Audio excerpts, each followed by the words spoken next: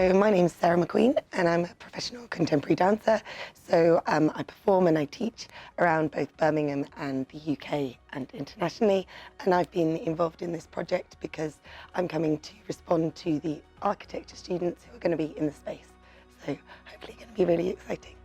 I think dance has a really powerful relationship to a space because it's like the gift wrapping around whatever the work is. So it can either really bring out what movement you've already got, or it can inspire something different in the space.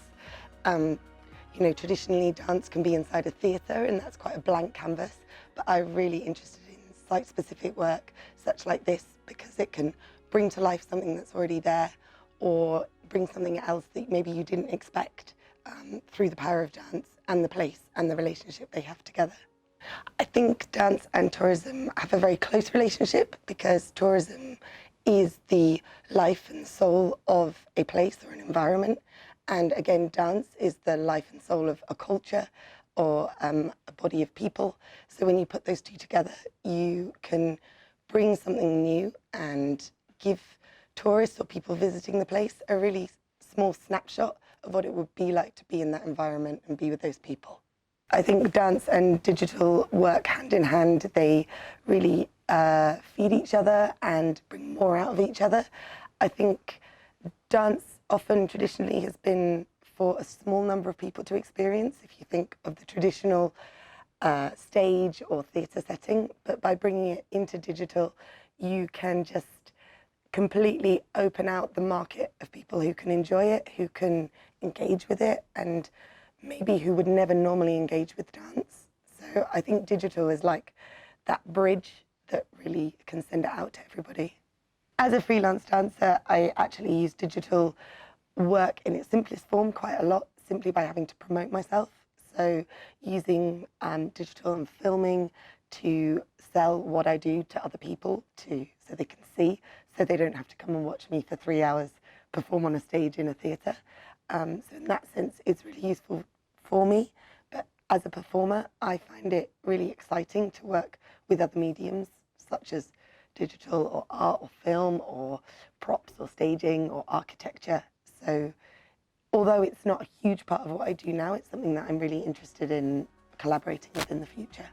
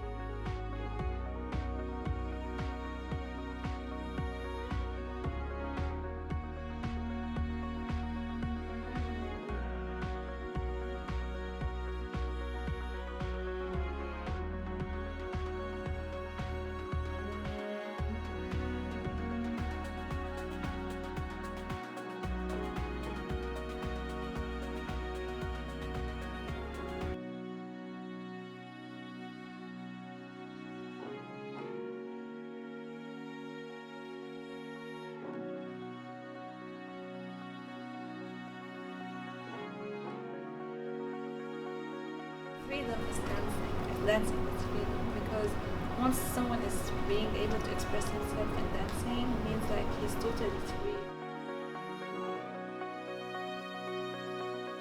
It's different, it's very interesting.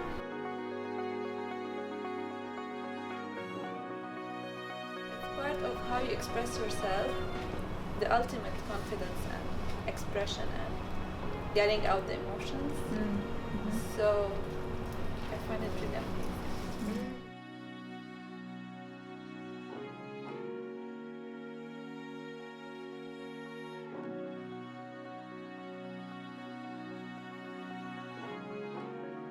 Water part of it, that was really expressive.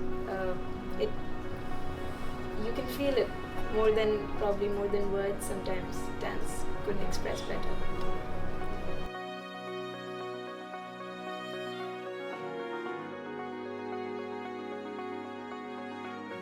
One of the things that I love, and I know these guys love about contemporary dance, is that it's supposed to make you think.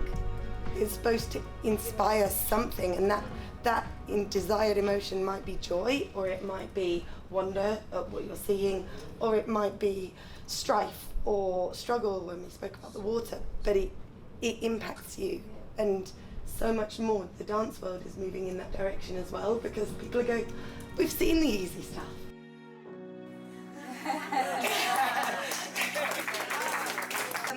So basically what I was doing was just watching you guys really from a distance and picking up little motifs that you do that are almost involuntary, like came from a little tap of the foot, and I think it was you at the beginning were very not sure about this. And it's actually really interesting watching you describe what the scrapbook can do for you, because as a dancer, if I'd walked around and actually gone snap, snap, I could have had 40, 50, 60 different motifs just from you guys, just from here, just from here. This was, one of you was watching the Wheel of Death. This came from, you know, when it's loading, came from there. So actually, as a dancer, to be able to not have to physicalize it straight away, but go, there's so much I can feed off from you guys, and then take that back to the studio. Whereas here, it was very different. It was like sudden, and I was reacting to it at that very moment. So that was it. Each one of you, the moves came from you, and I think there's something beautiful about. I've had years of training to do it, so I don't feel silly standing up in front. But actually, that was a me that came from you in a way that you never actually even realised, like little moments or reactions. And I hope that each of you saw like a little bit of yourselves in it, and it's almost without realising you are dancers, and you are. In fact, you're choreographers, because you create material. And the way that you're thinking about place, and the way that we almost reduce, I mean, humans are, we talked about this when we talked they kind of, our range of motions is so useless compared to what is possible, right? It's like, we do like sit down, we might do small gestures, but it's kind of limited to small gestures. And let's get to the body as well. So you're going in two strands parallel. One can be about the bigger global problems or challenges that Jordan is facing, but also think about how that manifests itself in the body, because that's, in architecture, that's what we're dealing with, is space and the body. So let's try and take some of this into there.